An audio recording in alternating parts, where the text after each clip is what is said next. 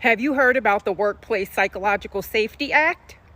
It's legislation that would make it unlawful for an employer or an employee to engage in psychological abuse of a worker that creates a toxic work environment in which a reasonable person would find intolerable to perform their regular workplace duties.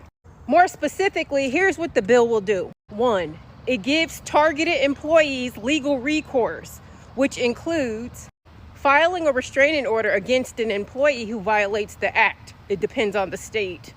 It will also allow you to bypass the internal rigged HR process by calling for an investigation by OSHA. It'll also allow you to sue the employer directly for compensation and damages.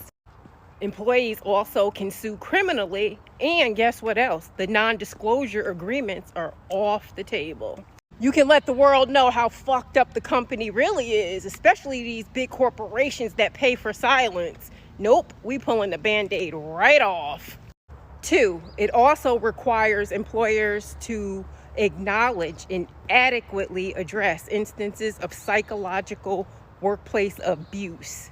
Employers will no longer be able to sweep abuse under the rug and act like it's just not happening under their watch.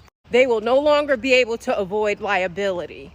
They will be required to start third-party investigations, not in-house investigations by their own attorneys. Basically, they police themselves, and we know the results of those investigations.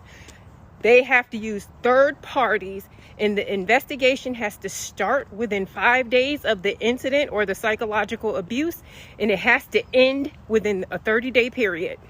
Employers would be forced to take responsibility for the outcomes of the investigations, and discipline will include terminations, no longer pushing the victim out the door and to avoid liability. And 3, employers will no longer be able to pretend that this is an individual issue. They will be forced to go after the root cause. It will address the systematic bullying, mobbing, and the psychological abuse.